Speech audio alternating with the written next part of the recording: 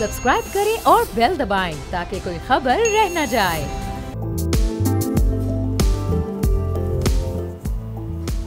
अस्सलाम वालेकुम, मैं और जहांगीर, आप देख रहे हैं प्रोग्राम व्यापार। पाकिस्तान स्टॉक एक्सचेंज की सूरत-ए-हाल से प्रोग्राम का आगाज़ करेंगे, जहां एक मौके पर आज इंडेक्स 96,000 की सतह से भी ऊपर गया। रोज़ाना इंडेक्स एक नया रिकॉर्ड बना रहा है, लेकिन 95,546 पॉइंट्स पर आज इसका क्लोजर हुआ। किस तरह से कारोबार का आज सिलसिला जारी रहा और कितनी हौसला अफजा इस वक्त सूरत-ए-हाल हमारे इन्वेस्टर्स के लिए, इस पर हम बात करेंगे। कफील अहमद बोल न्यूज़ के नुमाइंदे हैं जो सारा दिन मार्केट में। कफील, बताइएगा, अब इस वक्त जब economic indicators Aahista Aahista positive होते जा रहे हैं, मार्केट किस हद तक बेहतर परफॉर्म करेगी आगे? लेकिन मार्केट में आज एक और रिकॉर्ड हाई बनाया था। अरबाब, अगर हम बात कर लें मॉर्निंग के कारोबारी पहले सेशन की, तो मार्केट में जो है वो 96,711 के लेवल तक मार्केट जो है वो हाईएस्ट लेवल तक पाकिस्तान स्टॉक मार्केट का।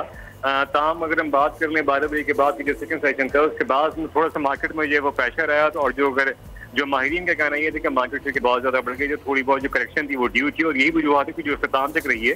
और तकरीबन 310 पॉइंट जो है वो मार्केट से जो है वो निकल गए इख्तिताम पर, और 95,546 का जो लेवल था उस पर मार्केट जो है वो क्लोज हुई है, और 96,000 का जो लेवल था उसे बरकरार रखने में कामयाब नहीं हुई है मार्केट।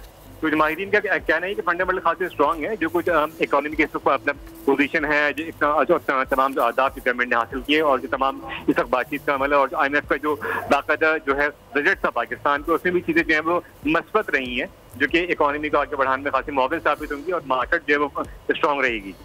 ठीक है, तो अब कफील ये बताएगा कि इस वक्त नए सरमाकारों के लिए कितनी गोल्डन अपॉर्चुनिटी है? इंडेक्स इस वक्त बहुत तेज़ी के साथ 1 लाख के हिस्से की जाने बढ़ रहा है। अब नए सरमाकार इस वक्त मार्केट में आते हैं तो आगे इंटरेस्ट रेट की कमी से कितना फ़ायदा उठा सकते हैं?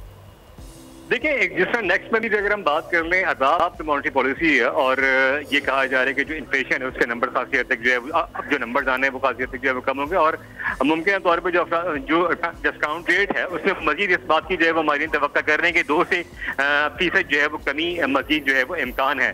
तो अब देख रहे हैं कि कितनी कम होती है। और इस वक्त जो अगर आप बात करें अपॉर्चुनिटीज के हवाले से, तो यकीनन अपॉर्चुनिटीज हैं, और इसमें अगर हम बात करें जो माहिरीन से हमारी बात हुई तो यही कहें ग्रेजुअली इंडेक्स इस लेवल के ऊपर है, एक गोल्डन अपॉर्चुनिटी है, और इसमें जो है वो इन्वेस्टर्स आ रहे हैं। लेकिन हम वो इस बात का भी जो है वो खदशा जाहिर करते हैं कि अगर कोई चीज ऐसी मतलब नेगेटिव सेंस के अंदर अगर कोई पॉलिटिकल साइड पर होती है तो वो यकीनन थोड़ा सा मार्केट को जो है वो डिप कर सकती है। तो हम ओवरऑल सेंटिमेंट जो है वो खासा स्ट्रॉन्ग दिखाई दे रहा है। ठीक है, बहुत बहुत शुक्रिया। कफील अहमद अपडेट कर रहे थे सूरत हाल से। और दूसरी जानिब सूरत हाल ये है कि जब बैंक से इजाफी टैक्स ADR की मद में लिया गया और उन पर नाफिज किया गया, तो वो चले गए अदालत, और इस्लामाबाद हाई कोर्ट से एक स्टे ऑर्डर जारी हुआ, और उस स्टे ऑर्डर के बहुत ही मनफी असरात इस वक्त हमारे प्राइवेट सेक्टर पर मुरतब हो रहे हैं। वफाकी हुकूमत ने यह फैसला किया है कि वो इस्लामाबाद के स्टे ऑर्डर के खिलाफ जाएंगे, उसको चैलेंज करेंगे सुप्रीम कोर्ट में। अब देखना यह है कि सुप्रीम कोर्ट से इस स्टे ऑर्डर को क्या खारिज किया जाता है, ख़त्म किया जाता है, कलअदम करार दिया जाता है, या फिर इस मामले को वापस इस्लामाबाद हाई कोर्ट को ही रेफ़र कर दिया जाता है। अभी सूरत हाल में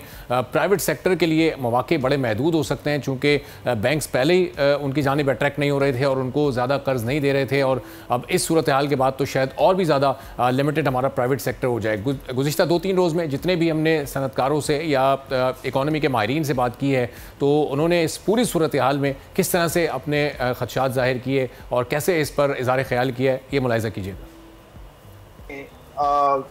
जनाब, इस मामले में मैं कहूँगा कि बहुत ज़्यादा उन्हें भी प्रोफेशनल्स को इंगेज करने की ज़रूरत है, और इसमें स्टे में चले जाना ये सबसे बड़ा प्रॉब्लम है इस मुल्क का, कि जिसको कुछ बात समझ नहीं आती या जिसको कुछ रुकवाना होता है, तो ये एक तरह से टूल बन चुका है चीज़ को रोकने का, जिससे इकोनॉमिक पॉलिसी ज़्यादा हर्ट होती है, इकोनॉमिक एक्टिविटी ज़्यादा हर्ट होती है कि स्टे मिल गया, अब कोई कुछ कर नहीं सकता। तो ये होना ही नहीं चाहिए। इनफैक्ट स्टे वाली जो अदालतें हैं या स्टे वाले जो टूल्स हैं, ये होने ही नहीं चाहिए। कि अदालतों को भी मेरे ख्याल में एक हम्बल सजेशन है, सोचना चाहिए। जो भी हमारे कोर्ट जब भी इकोनॉमिक मैटर्स में इन्होंने इंटरवीन किया है, पाकिस्तान का लॉस ही कराया है। इसकी एग्जांपल बहुत ज़्यादा है। स्टील मिल्स की बहुत बड़ी एग्जांपल है, जहाँ पे प्राइवेटाइजेशन को रोक दिया इन्होंने। वो दिन और आज का दिन ना सिर्फ वो डील नहीं हो सकी, जबकि वो एसिड डिस्ट्रॉय हो गया। तो पाकिस्तान के कोर्ट्स को क्योंकि उनकी इकोनॉमिक अंडरस्टैंडिंग वीक है, हिस्टोरिकली हमने देखा है कि जब भी वो उन्होंने इंटरफेयर किया है, उन्होंने चीज़ों को ख़राब किया है। इस्लामाबाद हाई कोर्ट ने टेम्पोररीली उन्हें रिलीफ दे दिया और 3 दिसंबर उसके लिए डेट फिक्स की है जी। तो मैं समझता हूँ कि इस तरह के जो इक्तिसादी या मुआशी मामलात हैं, इसके ऊपर रिकोडिक की मिसाल हमारे सामने है, पाकिस्तान स्टील मिल की मिसाल हमारे सामने है, और एक दफ़ा high court, Lahore high court ने चीनी की कीमतें फिक्स भी की थी। तो इस तरह के जो मामलात हैं मेरे ख्याल में थोड़ा सा कोर्ट्स अगर मुहतात रहे तो मेरा ख्याल है बेहतर होगा। कि पिछले दिनों में एक टैक्स इंट्रोड्यूस हुआ था जो कि 1 अरब के प्रॉफिट के ऊपर सुपर टैक्स था, वो भी आपकी अदालतों ने ख़त्म किया। ये रिलीफ हमेशा अदालतें कार्टेलाइजेशन को प्रमोट करती हैं। मेरी अदालतों से रिक्वेस्ट ये है कि आप ये जो कार्टेलाइजेशन को सपोर्ट करते हैं स्टे देके, इसकी जगह अगर आप एक आम आदमी को रिलीफ दें तो शायद आपको पिज़राई भी मिले। तो एक बड़ी मायूसी की फिजा इस वक्त प्राइवेट सेक्टर में पाई जा रही है। इस पर हम मजीद गुफ्तगू करेंगे। मिर्ज़ा इख्तियार बेग साहब मारूफ सनतकार हैं, पाकिस्तान पीपल्स पार्टी के रहनुमा भी हैं, हमारे साथ प्रोग्राम में मौजूद हैं। इकराम होती साहब माहिर माशियात हैं, टैक्स मामलात पर बड़ी गहरी नज़र और ग्रिप रखते हैं, हमारे साथ मौजूद हैं। दोनों मौजूद मेहमानों का बेहद शुक्रिया। चलते हैं इकराम साहब, ये ज़ाहिर है प्राइवेट सेक्टर वो है जो किसी भी इकॉनमी में रीढ़ की हड्डी की हैसियत रखता है, इकॉनमी को ग्रो करने में बड़ा किरदार होता है इसका। तो अब इस तरह से अगर डिस्करेज किया जाएगा अपने प्राइवेट सेक्टर को मुनासिब कर्ज ना देकर या इस तरह के स्टे ऑर्डर्स पास करके, तो कैसे हमारा जो निजी शोबा है वो तरक्की कर सकेगा, हमारी इकॉनमी कैसे ग्रो हो सकेगी, हमारी इंडस्ट्री कैसे चल सकेगी? पाकिस्तान में जो है वो प्रायोरिटी नहीं है कि मार्केट जो है उसको डायनेमिक बनाया जाए। हर तरफ से, यानी कानून की तरफ से, ज्यूरिसडिक्शन की तरफ से, और टूल किट का एक मामला भी है। टूल किट ये है कि अगर तनाजा पैदा हो जाए एफबीआर और अदालत के दरमियान, या टैक्स पेयर और बीआर और अदालत के दरमियान, तो ये जो तिकोन बनती है इसमें मसाइल हल करने वाली कोई ज्यूरिसडिक्शन अथॉरिटी नहीं है, कोई ऐसी अथॉरिटी नहीं है जो over and above the court FBR दोनों के ऊपर से ज्यूरिसडिक्शन करे। वो है पार्लियामेंट। पार्लियामेंट की कोई जो पहले एक डिस्प्यूट रेजोल्यूशन सिस्टम बनाया गया था वो भी बेकार हो गया है। अब यहाँ पे जो टूल किट बनाई जाती है वो सिर्फ डिस्प्यूट रेजोल्यूशन के जरिए बनाई जाती है। ये नहीं देखा जाता कि जो कवानीन है टैक्स पेमेंट के और उसके अलावा जो शरह है टैक्स की, और फिर वो सेक्टर है जो जिस पे टैक्स लगता है, इन तीन चीजों को देखा नहीं जाता कि भाई क्या टैक्स वाकई लगता है। मसलन क्या परचून फरोशों पर एक बहुत बड़ा टैक्स लगा देना, उससे महंगाई फैलती है, क्या वो टैक्स जो है जायज है? दूसरा, क्या जिस शरह से वो टैक्स लिया जा रहा है वो जायज है? और अगर तनाजा पैदा हो जाए तो अदालत में जब जाते हैं तो एक साहब ने अभी भी कहा, आपके साथी ने, कि वो अदालतों में जो बैठे जज होते हैं या फिर जो वकील उनके सामने पेश होते हैं, उनको जो निटी ग्रिटी होती है टैक्स सिस्टम की और मार्केट डायनेमिज्म की, उनका नहीं पता होता। अब टैक्स जो है वो मार्केट को डायनेमिज्म देने के लिए होता है, मार्केट को किल करने के लिए नहीं होता।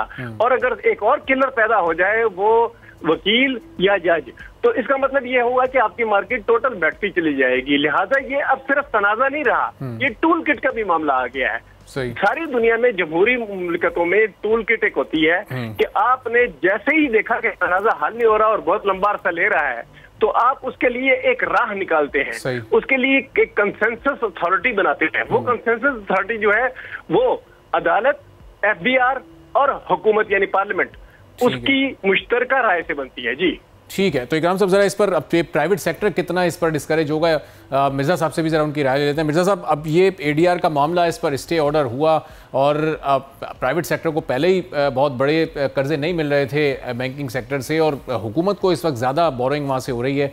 अब ये कितना डिस्करेजमेंट है इस वक्त ये सिचुएशन प्राइवेट सेक्टर के लिए? जी आपने मुझसे सवाल किया? नहीं, मैं मिर्ज़ा साहब से जरा जानना चाह रहा हूँ, मिर्ज़ा इख्तियार बेग साहब से। जी मिर्ज़ा साहब।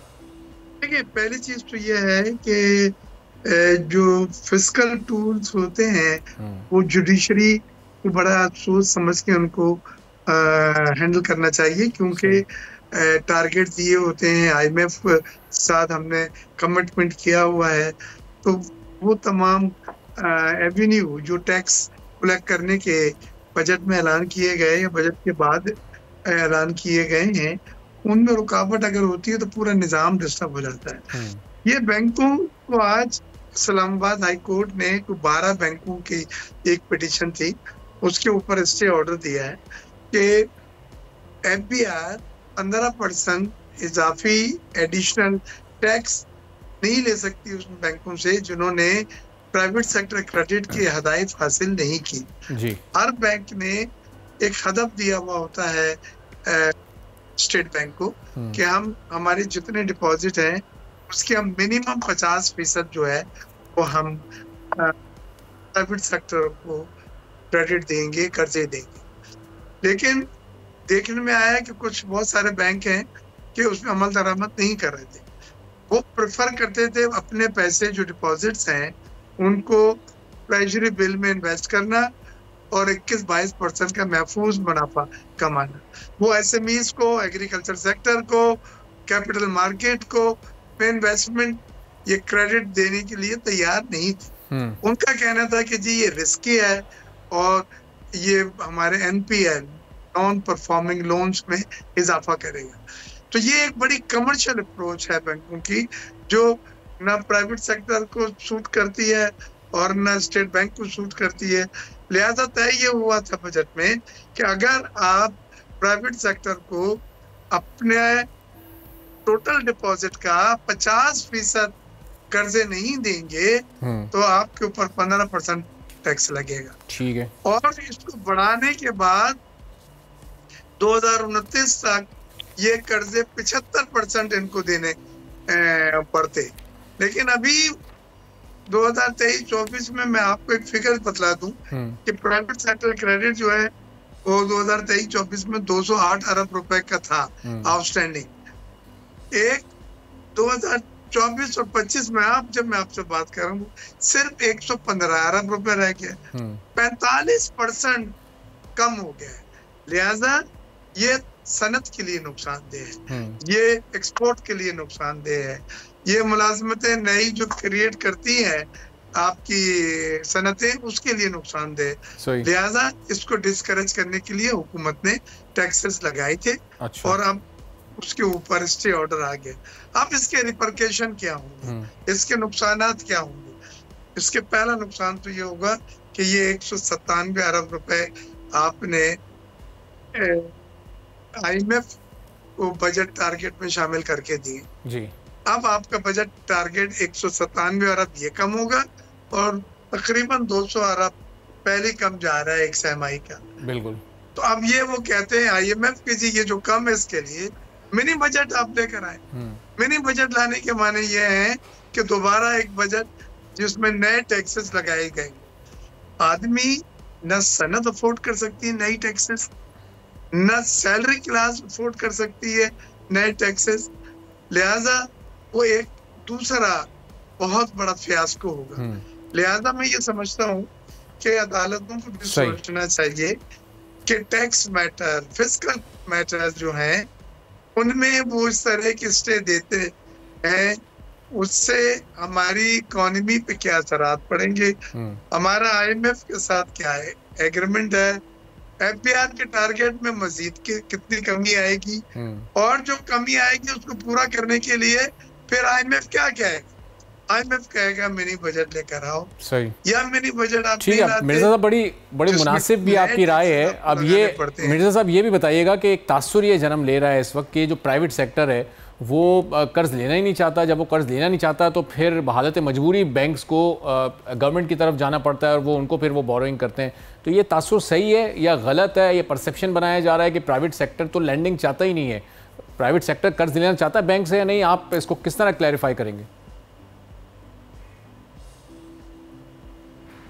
देखिए, प्राइवेट सेक्टर की जब इकोनॉमी की हालत खराब थी, जब मार्कअप 24% था, डिस्काउंट रेट 22% था, तो हमने भी अपने मजीद जो लोन थे, कर्जे थे, फाइनेंसिंग थी वो रोक दी थी, क्योंकि हमारे पास 24% में बारे में नहीं आता। कोई भी इंडस्ट्री जो है वो 24% पे कर्जे नहीं दे सकती, मार्कअप अदा नहीं कर सकती। लेकिन अब अल्लाह ताला का शुक्र है कि अफराद दर में कमी आई है, तो मार्कअप रेट में भी कमी की है और अब वो 24-25% से कम होके 15% पे आ गए। और आप इंशाल्लाह देख लें अभी मजीद मॉनेटरी पॉलिसी में 2-3% कमी होगी तो ये 10-12% ये सिंगल डिजिट भी जा सकता है। सही। तो ये तो वो मौका है कि आप प्राइवेट सेक्टर को क्रेडिट दें ताकि वो अपनी पैदावारी कैपेसिटी को बढ़ाए, नए मुलाजमतों के मौके पैदा हो, एक्सपोर्ट में इजाफा हो। इस मौके पे अगर आप ट्रेजरी बिल में पूरे के पूरे अपने फंड्स रख देंगे तो ट्रेजरी बिल में 21-22% महफूज मुनाफा लेके आप तो आराम से बैठे, आपके बैंकों ने तो हाईएस्ट प्रॉफिट्स करें, लेकिन सनद जो है उसका ब्लड जो है जो आप लोग वर्किंग कैपिटल की शक्ल में देते हैं वो रुक जाएगा और उस सनद की पैदावारी की जो सलाहियत है मुतासर है। ठीक है, यानी अब ये वो टाइम है कि जिस वक्त हमारी इकोनॉमी ने इकराम साहब ग्रो करना है, इस वक्त हमारा इंटरेस्ट रेट कम हो रहा है, तो प्राइवेट सेक्टर मजीद कर्ज लेकर अपने कारोबार को फैलाता बढ़ाता, एक्सपोर्ट्स को बढ़ाने की कोशिश करता। तो ये इस वक्त एक उन पर लिमिटेशन लग गई है बैंक्स की और अदालत की तरफ से। अब ये बताएगा कि इसमें इस पूरे एपिसोड में हमें रेगुलेटर का कहीं कोई खास किरदार नज़र नहीं आ रहा। स्टेट बैंक ऑफ पाकिस्तान क्या जिस तरह दीगर शोबे हैं उसमें रेगुलेटर्स होते हैं, अपना एक फ़ाल किरदार अदा करते हैं हुकूमत और स्टेक होल्डर्स के दरमियान, क्या यहाँ पर स्टेट बैंक का कोई ऐसा फ़ाल और मुतारिक किरदार आपको नज़र आ रहा है कि हुकूमत को पहले इस पॉलिसी से मुतालिक ब्रीफ करना चाहिए था स्टेट बैंक को, फिर वो बैंक्स को समझाते ताकि ये मामला अदालत तक जाता ही ना? देखें जी, जो रेगुलेटर है वो ये काम नहीं करेगा, क्योंकि जो बैंकिंग सिस्टम है पाकिस्तान का और दुनिया भर का इस वक्त एक लहर चली हुई है कि बैंकिंग सिस्टम को खुली छुट्टी मिली हुई है और जो हुकूमत है वो मजबूर है, क्योंकि हुकूमतों को बहुत ज्यादा बजट चाहिए और खसारों में जा रही हैं दुनिया की बहुत सारी हुकूमतें।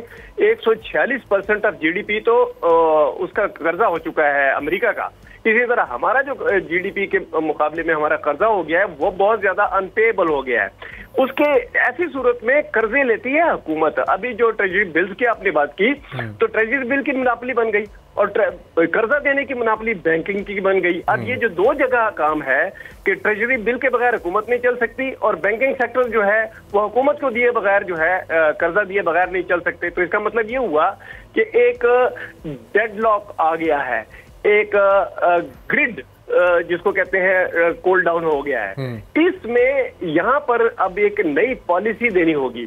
अगर आपने एक किक स्टार्ट करना है सारे सिस्टम को कि कर्जे भी बर वक्त मिले, टैक्सेस भी सही हो और मार्केट जो है उसमें इन्वेस्टमेंट भी तेज हो, तो आपको मार्केट रिज्यूविनेशन के लिए एक ही बस कानून चाहिए, वो ये कि हर चीज पर जो है फौकियत हासिल होगी सरमायाकारी को और बाकी जो चीज है उसके नीचे होगी। अगर ये कानून या ये सिस्टम ना बना तो पाकिस्तान की मईशत डूबती ही चली जाएगी। सही। तो इकराम साहब ये भी बताइएगा कि अब ये तो वो पीरियड था पिछला काफ़ी लंबा जब हुकूमत बहुत ज़्यादा बैंकों के कर्ज़ों पर रिलाय कर रही थी, चूँकि जो फ़ॉरेन कर्ज होता है, फ़ॉरेन लोन, वो नहीं मिल पा रहा था। अब IMF के साथ प्रोग्राम हो गया, वो लोन भी आएगा और फिर जब IMF के प्रोग्राम में हम होते हैं तो दीगर ममालिक के साथ भी कोई भी लोन फैसिलिटी हासिल करना बड़ा आसान हो जाता है। तो ऑटोमेटिकली जो बैंक पर डिपेंडेंस थी गवर्नमेंट की वो कम हो जाएगी, तो वो कर्ज़ों का बोझ खुद ब खुद कम हो जाएगा। आगे अब बैंकों से कर्जे नहीं लेगी हुकूमत, तो उन्हें फिर प्राइवेट नहीं, ये जो है ना, ये एक सिस्टम शुरू हो चुका है।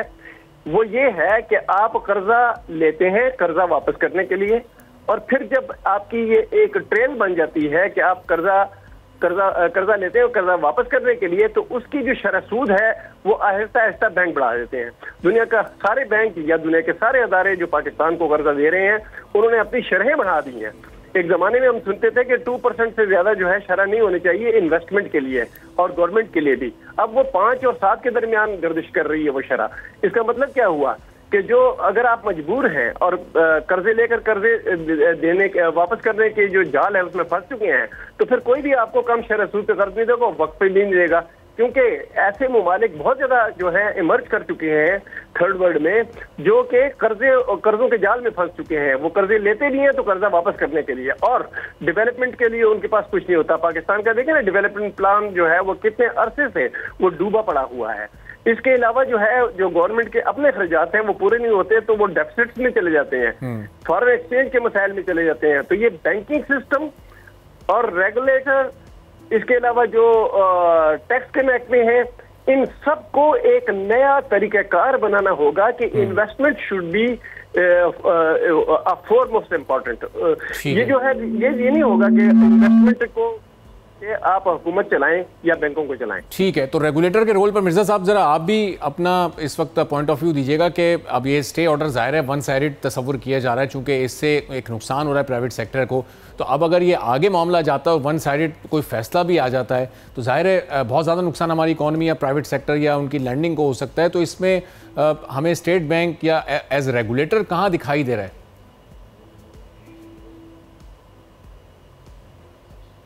देखिए, इसमें स्टेट बैंक ये करा सकता है कि वो बैंक जो कम मार्जिन है जिनके कि 50% आप एडवांस डिपॉजिट रेशियो नहीं है, लेकिन 45% एडवांस डिपॉजिट रेशियो ADR बन रहा है, तो उनको एक ग्रेस पीरियड दे दो 6 महीने का। तो ये सहूलतें दी जा सकती हैं, लेकिन ये बहुत सारे बैंक आपको ऐसे मिलेंगे तो उन्होंने ना SMEs को दिया, ना एग्रीकल्चर को दिया, ना कैपिटल मार्केट को दिया। प्राइवेट सेक्टर क्रेडिट के बजाय उन्होंने ट्रेजरी बिल में रख के TB बिल पे दबा के प्रॉफिट कमाए, हायर मार्कअप लिए और टारगेट पूरे उनके नहीं हुए, प्राइवेट सेक्टर क्रेडिट को फंड्स नहीं दिए। तो ये चीज जो है वो ना स्टेट बैंक को काबिल कबूल है और ना FBR को। पाकिस्तान बैंकिंग काउंसिल ने ये एक इत्तेहाद करके 12 बैंकों ने, जिसमें मिजान बैंक लीड पे थे, इसमें उन्होंने पिटीशन दी थी। फिर MCB bank, Askari bank, city bank भी इसमें है। तो उन्हें स्टे ऑर्डर मिला है, लेकिन ये फाइनेंस बिल का पास किया हुआ है। फाइनेंस बिल बजट को कहते हैं। बजट माने पार्लियामेंट से है। ये हमारी कौमी असेंबली जिसका मैं मेंबर हूँ जी, हमने वहां पास किया और ये सेनेट में पास हुआ है, फिर जाके सदर पाकिस्तान ने साइन किया। लिहाजा ये फाइनेंस बिल को कोर्ट जो है वो डिस्टर्ब नहीं कर सकते। उनके जो शराइत है, टर्म्स एंड कंडीशन है फाइनेंस बिल की, वो मानना होंगी, क्योंकि ये आइन साजी से ये तमाम चीजें की गई हैं। तो इंशाल्लाह ये स्टे दिया, 3 तारीख को दोबारा हियरिंग है, 3 दिसंबर को, और उसमें फिर दोबारा ये सब चीजें आएंगी कि भाई ये फाइनेंस बिल है, कानूनी तकाज़े पूरा करके ये कानून बनाया है पार्लियामेंट, जिसको ये हक है कि वो रेवेन्यू कलेक्ट करे लोगों से और कंपनियों से। आप बिजनेस कम्युनिटी की भी नुमाइंदगी करते हैं, आप पार्लियामेंट के भी मेंबर हैं, तो आप या और चंद ऐसे लोग जो कि बिजनेस से भी वाबस्ता हों, जो पार्लियामेंट के भी यानी हुकूमत का भी हिस्सा हो, पार्लियामेंट का भी हिस्सा हो, तो वो अपना बड़ा एक इम्पॉर्टेंट रोल इस पूरी सूरत हाल में प्ले कर सकते थे। अगर मुताल्लिका स्टेक होल्डर्स और बिजनेस कम्युनिटी आपस में बैठ कर बात करे तो इसका कोई वे आउट आपकी नज़र में निकल सकता है? देखिए, बिजनेस कम्युनिटी तो चाहती है कि प्राइवेट सेक्टर क्रेडिट लेंडिंग हो। वो तो चाहती है कि आप टोटल डिपॉजिट का 50% जो आपने खुद हदफ दिए हैं बैंकों ने, जितने आप ADR एडवांस डिपॉजिट रेशो को मेंटेन करें, और नहीं करेंगे तो उनकी लिक्विडिटी हमारी जो है मुतासिर होगी। तो बिजनेस कम्युनिटी तो शुरू दिन से यही है कि भाई बैंक जो ट्रेजरी बिल में रख के हायर मुनाफा कमा के और खुश हैं, और प्राइवेट सेक्टर क्रेडिट मुसलसल गिरता जा रहा है। निजी शोबे के कर्जों की जो हमारी अमाउंट है वो कम होती जा रही है। अभी मैंने आपको 2 शेयर करी हैं, जिसके रूप से 45% कम हो गया इनका पिछले साल के मुकाबले में। ये हमारी मैशत के लिए सही नहीं है, ये हमारी इंडस्ट्री, हमारे एक्सपोर्ट के लिए सही। ठीक है, तो अब इकराम साहब, ये 197 अरब का ये शॉर्टफॉल अभी तक के स्टे ऑर्डर के मुताबिक जो अभी अदालत ने इसको स्टे कर दिया है, और फिर 189 अरब का वो शॉर्टफॉल जो कि FBR कलेक्ट करने में इब्तदाई 4 माह में नाकाम रहा है, ये कोई कुल मिला के अभी आधा साल भी नहीं गुजरा है फिस्कल ईयर, और ये कोई 400 अरब के शॉर्टफॉल पर हम राउंड ऑफ करके खड़े हैं। तो जब ये इख्तिताम होगा फिस्कल ईयर का, वो जो 13,000 अरब का हमने टारगेट सेट किया हुआ है, उसमें तो अच्छा खासा शॉर्टफॉल हम कर जाएंगे। और अगर अभी से एहसास हो गया FBR को या हुकूमत को, तो फिर बड़े भारी टैक्सेस को मिनी बजट की सूरत में या नए टैक्सेस की सूरत में आयद होने वाले हैं। तो किस तरफ हम लेकर जा रहे हैं अपने टैक्स के मामला को? ये कह रहे हैं, जिस तरह आप कह रहे हैं कि किस तरफ लेके जा रहे हैं, इसी तरह का एक और बुनियादी सवाल उठाना चाहिए। वो ये कि रियासत चलती है बजट पे। बजट पे रियासत तब चलती है जब मार्केट में एक्टिविटी हो रही हो, मार्केट जो है डायनेमिक हो। मार्केट डायनेमिक होगी जब कर्जे मिलेंगे प्राइवेट सेक्टर को, नहीं मिलेंगे और सिर्फ ट्रेजरी बिल की तरफ ही जाते रहेंगे, तो इसका मतलब क्या हुआ कि आपने मार्केट को नहीं चलाना। जो प्रायोरिटी है वो एक बननी चाहिए। मसलन इन्होंने कहा कि फाइनेंस बिल जो है उसको प्रीडोमिनेंट होना चाहिए कोर्ट के ऊपर, इसका मतलब क्या हुआ? इसका मतलब यही हुआ ना कि भाई कोई एक ऐसा लॉ होना चाहिए जो कि एनफोर्स हो सके। जो फिलहाल ये जो फाइनेंस बिल की जो प्रीडोमिनेंस है ओवर द कोर्ट, ये एस्टेब्लिश ही नहीं हुई। इसका मतलब क्या हुआ कि आपने अपने रियासत के कवानीन उनको एनफोर्स नहीं कर पा रहे। ये एनफोर्समेंट जो है ये लाजिम है, इसके लिए कोई टूल किट बनानी होगी। मैंने पहले टूल किट की बात की है कि टूल किट इसके लिए चाहिए कि आपको इसमें कैसे कानून साजी करनी है और उसकी इन्फोर्समेंट किस तरह करनी है, ये है मामला। ठीक है, तो अब ये इसमें इशू कहाँ आ रहा है, ये रिजॉल्व हो क्यों नहीं पा रहा? एफबीआर या गवर्नमेंट के एंड से एक पॉलिसी वो लेकर आ गए, उसको इम्प्लीमेंट भी कर दिया, पूरे साल उस पर कोई एतराज़ नहीं हुआ। अब जब कलेक्शन का मामला था, जब वो एंड होना था मामला टैक्स लेने की सूरत में, उस वक्त फिर ये कोर्ट्स अदालत चले गए। तो अब आप देखें टैक्स देने वाले टैक्स देना नहीं चाह रहे, टैक्स जमा करने वालों की प्लानिंग में बड़े फ्लॉज हैं। तो ये ओवरऑल किसी बड़े रिफॉर्म की इस वक्त हमें ज़रूरत है शायद। जी, उसका मतलब यही है, एक ही चीज है, और उसका नाम मैं अभी तक नहीं लेना चाहता था, लेकिन इस सवाल के बाद मैं ले रहा हूँ। देखिए, पाकिस्तान जैसी मशतों में जहाँ पे एनफोर्समेंट नहीं होती, रेगुलेशन नहीं होती, जहाँ पे लॉ मेकिंग प्रॉपर नहीं होती, वहाँ पे मोनोपोलीज क्रिएट हो जाती हैं, क्योंकि एनफोर्समेंट हो नहीं रही किसी भी चीज की। तो ये जो मोनोपोली है ये आपकी पार्लियामेंट में भी मौजूद है। जो पार्लियामेंट में मोनोपोली सिस्टम के लोग बैठे हुए हैं, जो स्टेट बैंक है वो अपनी मोनोपोली कर्जा देकर मुनाफा कमाने के कानून पे चल रहा है। इसके अलावा जो मार्केट में जो लोग हैं जिनके पास बिग मनी है, उनकी मोनोपोली है, वो जो है सियासत में भी घुसे हुए हैं, उनके पास ब्यूरोक्रेसी के लिए भी खाजा खिलाने की भी ये चीजें हैं, तो वो करते हैं। तो जो दरमियाना और छोटा जो ताजिर है या कोई सनतकार है, उसकी तो जिंदगी अजाब हो गई ना। वो तो बैंक से कर्जा भी नहीं ले सकता, और वो अगर एक्सपोर्ट करना चाहे तो वो अगर फॉरेन एक्सचेंज लेगा तो आपके जो फॉरेन एक्सचेंज महंगा हो गया है वो भी तबाही हो गई उसकी। तो उसके लिए चाहिए कि एक टूल किट बनाई जाए कि इस सिस्टम को सारे को रीहॉल करना है। रीहॉलिंग एक प्रॉब्लम होता है और अक्सर हुकूमतें उसमें नहीं जाती, लेकिन अब करना पड़ेगा कि आपको पार्लियामेंट, एफबीआर, कोर्ट्स और स्टेट बैंक, इनको मिलकर एक कानून बनाना होगा और उसकी एनफोर्समेंट का रास्ता तलाश करना होगा। ये है टूल किट के प्राइवेट सेक्टर को बगैर किसी रुकावट के कर्जा मिलता रहे, वरना रियासत भी डूब सकती है, क्योंकि मार्केट नहीं चलेगी तो रेवेन्यू कहां से आएगा? रेवेन्यू नहीं आएगा तो अब कर्जे लेके चलाएंगे। बिल्कुल, ये है मसला। ठीक है, बहुत बहुत शुक्रिया इकराम होती साहब, मिर्जा इख्तियार बेग साहब, दोनों मौजूद थे। गुफ्तगू आपने सुनी। एक ब्रेक लेते हैं, ब्रेक के बाद वापस आएंगे, एक और अहम मौजू पर बात करेंगे।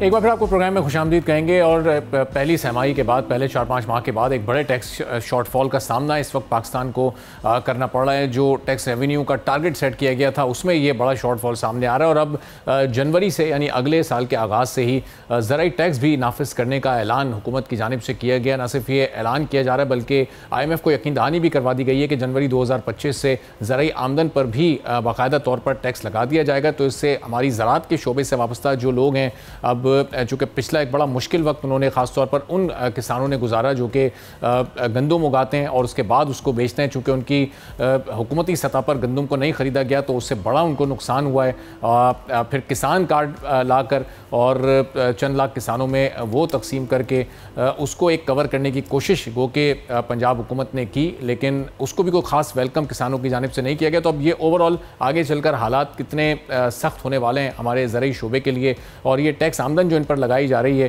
क्या इसको ये कबूल करेंगे या नहीं, इस पर उनका क्या मौक़िफ़ होगा, हम जानेंगे। मियाँ मोहम्मद उमैर मसूद साहब, प्रेसिडेंट किसान इत्तेहाद के, हमारे साथ मौजूद हैं। बहुत शुक्रिया उमैर साहब प्रोग्राम के लिए, आप प्रोग्राम के लिए आपने वक्त निकाला। अब ये ज़राई आमदन पर जो टैक्स लगने जा रहा है 2025 जनवरी में, बाकायदा तौर पर हुकूमत कानून साजी करने का सोच रही है, IMF को भी यकीन दिलाया जा चुका है। तो अब इससे आपके शोबे की मुश्किलात बढ़ेंगी या आप लोग तैयार हैं इस टैक्स को वेलकम करने के लिए, चूँकि पाकिस्तान में इस वक्त एक टैक्स शॉर्टफॉल बहुत ज़्यादा हद तक बढ़ चुका है? जी बिल्कुल सर, देखिए बिस्मिल्लाहिर्रहमानिर्रहीम, सबसे पहले तो सर ये देखें कि ये अभी जो सुपर टैक्स के नाम से एक पंजाब ने तो सबसे पहले उसको पास भी कर दिया है और वो जनवरी से नाफिज हो रहा है और उसकी परसेंटेज 45% है। अच्छा। यानी 6 लाख से जिसकी इनकम ज्यादा है और ये फिर आगे 32 लाख से जिसकी ऊपर है उस पर 45% टैक्स है। तो अगर आप पहले ही जो हमारा ज़राअत का शोबा है उसको दबा दिया गया है, एक हमारी 2 फसलों के रेट, इंडिया में 26 क्रॉप्स के रेट प्राइस फिक्स करती है गवर्नमेंट, एक्सपोर्ट प्राइस देती है। हमारे पास 2 क्रॉप्स के थे, एक वीट का और दूसरा शुगर केन का, वो दोनों ही खत्म कर दिए गए और बिल्कुल जो है ना ज़राअत को तो यानी तबाह किया जा रहा है, ज़बरदस्ती उसको ख़त्म किया जा रहा है कि आगे हम किस तरह चलाएंगे। अगर हमारे पास ना तो अगर हम गंदम जायद रेट पे बेचते हैं तो हम पे FIR होती हैं, फिर इसी तरह हमें अगर शुगर केन भी अब इन्होंने उसका भी रेट ओपन कर दिया है, तो ये इंतहाई ज्यादती है। हमें शुगर मिलों का कानून तो बताया जाता है, लेकिन वो कानून इस मुल्क में नाफिज है। हम शुगर मिल के एरिए में अपनी कोई छोटी मोटी शुगर बनाने की फैक्ट्री या छोटा कोई बेलना तक नहीं लगा सकते। उसकी वो कानून है कि आप वहाँ नहीं लगा सकते, लेकिन उसके बरक्स अगर आप रेट देखें तो फार्मर के लिए ये है कि उसका रेट भी इस दफा फिक्स नहीं किया गया। और ये जो टैक्स लगाया जा रहा है अब, इससे मजीद सर तबाही होगी। अभी हमारे पास तकरीबन 30% गंदम की कमी आ गई है और आइंदा जो है ये कम काश्त हुई है और इसमें मजीद आइंदा कमी आ जाएगी। और किसान के पास अगर पैसे नहीं होंगे, अगर किसान अपनी फसलें काश्त करने के काबिल नहीं होंगे, अपने घर चलाने के काबिल नहीं होंगे, तो फिर हमारे पास और कोई रास्ता नहीं रह जाता कि हम अपने सड़कों पे निकलें, एहतजाज करें, हुकूमतों से लड़ें। ये हमें मजबूर कर दिया जाता है कि हम ये रास्ते इख्तियार करें अपना हक लेने के लिए। हम अपनी फसल उगाते हैं, हम अपना उस पे सारा खर्च करते हैं, उसके बावजूद हमें जो है वो तबाही की तरफ ले जाया जाता है। मंडियों में हमसे ज्यादती होती है।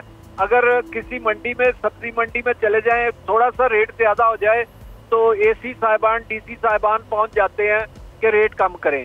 और इसी तरह अगर कहीं और आप बात करें तो हमेशा इस फार्मिंग कम्युनिटी को ज़िबा किया जाता है। तो उमर साहब ये बताएगा कि जो 30% गंदम की कमी की आप बात कर रहे हैं, ये आने वाले सीज़न के लिए अब कम काश्त की गई और उसकी वजह ये आप बता रहे हैं कि चूँकि पिछले साल मुकर्रर करदा कीमत पर हुकूमत ने नई गंदम खरीदी, इस वजह से 30% की कमी आई है? जी बिल्कुल सर, गंदम देखे ना, निगरान हुकूमत ने 4000 रुपये रेट अनाउंस किया और नून लीग की गवर्नमेंट ने आके पंजाब में तो बिल्कुल ही नहीं खरीदी ना। फूड डिपार्टमेंट ने एक बैग भी नहीं खरीदा और उसकी वजह से अरबों रुपए का किसानों को नुकसान हुआ।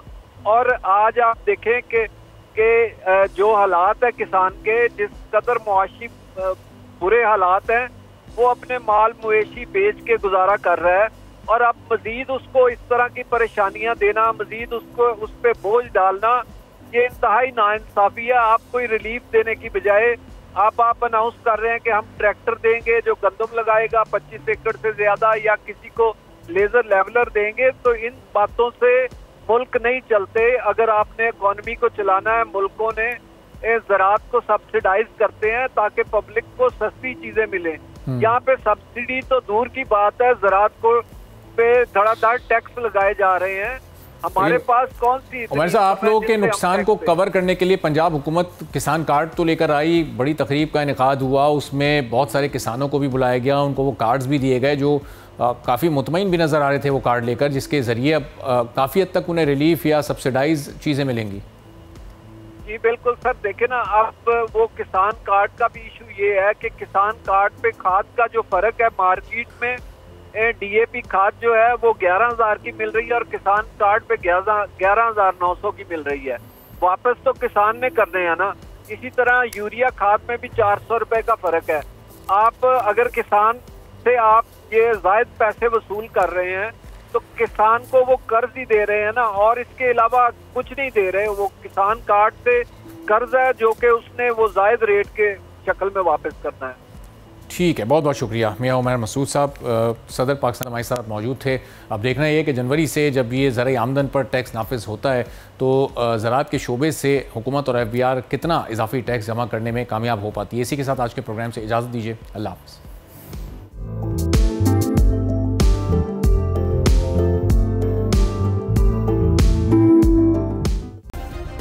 सब्सक्राइब करें और बेल दबाएं ताकि कोई खबर रह न जाए।